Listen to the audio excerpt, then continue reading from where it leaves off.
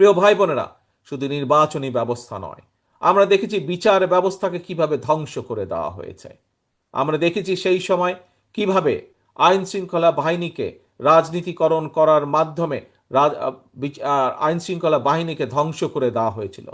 প্রিয় ভাই বোনেরা, শুধু তাই নয়, আমরা দেখেছি বাংলাদেশের অর্থনীতিকে কিভাবে ধ্বংস করে দেওয়া হয়েছে এবং উন্নয়নের নামে, মেগা উন্নয়নের নামে কিভাবে মেগা দুর্নীতি করা হয়েছিল, কিভাবে এই দেশের সাধারণ মানুষের অর্থ সম্পদ কিভাবে লুটপাট করে বিদেশে পাচার করে দেওয়া হয়েছে।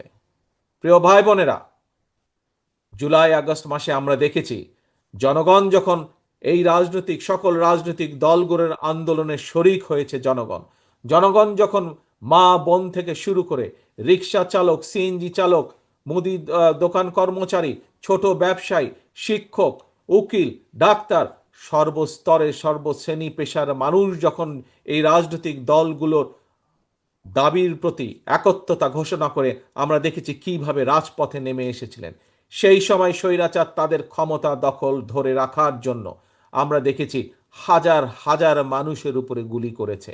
আমরা দেখেছি কিভাবে মাত্র 1 মাস 1.5 মাসের ব্যবধানে আমরা দেখেছি প্রায় 1,500-1,500-এরও বেশি মানুষকে তারা হত্যা করেছে। আমরা দেখেছি কিভাবে 30,000-এরও বেশি মানুষকে তারা কিভাবে নির্যাতন করেছে, কিভাবে 30,000-এরও বেশি মানুষ পঙ্গুত্ব বরণ করেছে। এর মধ্যে বহু মানুষ তাদের দৃষ্টি শক্তি সারা জীবনের জন্য হারিয়ে ফেলেছে। আমরা দেখি যে এর মধ্যে বহু মানুষ, কারো পা নষ্ট হয়ে গিয়েছে, কারো হাত নষ্ট হয়ে গেছে, বিভিন্নভাবে ক্ষতিগ্রস্ত হয়েছে। প্রিয় ভাই বোনেরা, তবে বাংলাদেশের মানুষের সর্বাত্মক চেষ্টায়, সহযোগিতায় আলহামদুলিল্লাহ, আল্লাহর রহমতে আমরা সফল হয়েছি। আমরা এই দেশ থেকে স্বৈরাচারকে বিতাড়িত করতে সক্ষম হয়েছি। প্রিয় ভাই বোনেরা, এখন স্বৈরাচার বিতাড়িত হয়েছে। আমরা কি চেয়েছিলাম? আমরা চেয়েছিলাম স্বৈরাচারের বিরুদ্ধে আন্দোলনের অন্যতম মূল লক্ষ্য ছিল আমাদের জনগণের রাজনৈতিক অধিকার প্রতিষ্ঠিত করা। স্বৈরাচারের বিরুদ্ধে আমাদের আন্দোলনের মূল লক্ষ্য ছিল জনগণের বাক ব্যক্তি স্বাধীনতা প্রতিষ্ঠিত করা। প্রিয় ভাই বোনেরা, আজ স্বৈরাচার বিতাড়িত হয়েছে, স্বৈরাচার পালিয়ে গেছে। জনগণের শাসন আমাদেরকে প্রতিষ্ঠিত করতে হবে, জনগণের রাজনৈতিক অধিকার আমাদেরকে প্রতিষ্ঠিত করতে হবে। সারা গণতান্ত্রিক বিশ্বে জনগণের রাজনৈতিক অধিকার প্রতিষ্ঠার মূল উপায় হলো, মূল পন্থা হলো জনগণের সরাসরি ভোট প্রয়োগের ব্যবস্থা করা। এবং সেই ভোট প্রয়োগের মাধ্যমে জনগণ নির্ধারণ করবে কে আগামী দিনে একটি নির্দিষ্ট মেয়াদ পর্যন্ত এই দেশকে পরিচালনা করবে, জনগণের উন্নয়নের জন্য কাজ করবে। প্রিয় ভাই বোনেরা, আমরা দেখছি অন্তর্বর্তীকালীন সরকার সেই পথে ধীরে ধীরে এগিয়ে যাচ্ছে। আমরা কিছুদিন আগে সরকারের পক্ষ থেকে শুনেছি, তারা ঘোষণা করেছে, সরকারের পক্ষ থেকে ঘোষণা করা হয়েছে ইনশাল্লাহ আগামী রমজানের আগে ইনশাল্লাহ দেশে জাতীয় নির্বাচন অনুষ্ঠিত হবে। প্রিয় ভাই বোনেরা,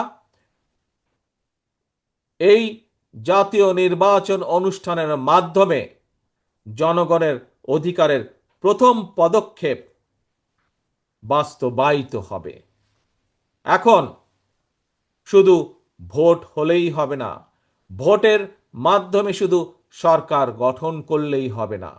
প্রিয় ভাই বোনেরা, আজ আপনারা আমার সামনে যারা বিএনপির বিভিন্ন পর্যায়ের, রাজশাহী মহানগরীর বিভিন্ন পর্যায় সহ জেলার বিভিন্ন পর্যায়ের নেতা কর্মী, আপনারা যারা আমার সামনে বসে আছেন, আপনাদের মাঝে যখন আমার কথা হয়, আপনাদের বহু মানুষের সাথে যখন আমার কথা হয়, বিভিন্নভাবে যখন কথা হয়, তখন কিন্তু একটি কথা আপনাদের কাছ থেকে আমি শুনতে পাই। কি সেই কথাটি? সেই কথাটি হচ্ছে, আপনারা যখন আপনাদের গ্রামে হোক, আপনাদের পাড়ায় হোক, বিভিন্ন জায়গায় যখন আপনারা যান, সাধারণ মানুষের সাথে যখন কথা বলেন, তখন সাধারণ মানুষ আপনাদের কাছে জানতে চায় দেশের ভবিষ্যৎ কি। সাধারণ মানুষ আপনাদের কাছে জানতে চায় বিএনপি কিভাবে কি করবে আগামী দিনে।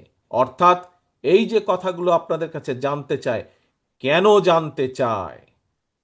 কি ভাইরা, আপনাদের কি ধারণা আছে কেন জানতে চায়? ধারণা আছে? কারণ বাংলাদেশের অধিকাংশ জনগণ বিএনপির উপরে আস্থা রাখতে চায়, এবং যেহেতু আপনি একজন বিএনপির নেতা বা বিএনপির কর্মী, সেই জন্য সে বা তারা আপনাদের কাছে জানতে চায় দেশ এবং দেশের জনগণের ভবিষ্যৎ কি হবে। প্রিয় ভাই বোনেরা, একটু আগে আমি বলেছি স্বৈরাচার বিতাড়িত হয়েছে, জনগণের রাজনৈতিক অধিকার ধীরে ধীরে প্রতিষ্ঠার দিকে এগিয়ে যাচ্ছে। আগামী নির্বাচনের মাধ্যমে জনগণের রাজনৈতিক অধিকার প্রতিষ্ঠার প্রথম পদক্ষেপ ইনশাল্লাহ বাস্তবায়িত হবে। কিন্তু সেখানে থেমে থাকলে তো চলবে না আমাদের। ইনশাল্লাহ আমরা দৃঢ়ভাবে বিশ্বাস করি আগামী নির্বাচনে ইনশাল্লাহ দেশের অধিকাংশ জনগণের সমর্থন ধানের শীষ তথা বিএনপি পাবে।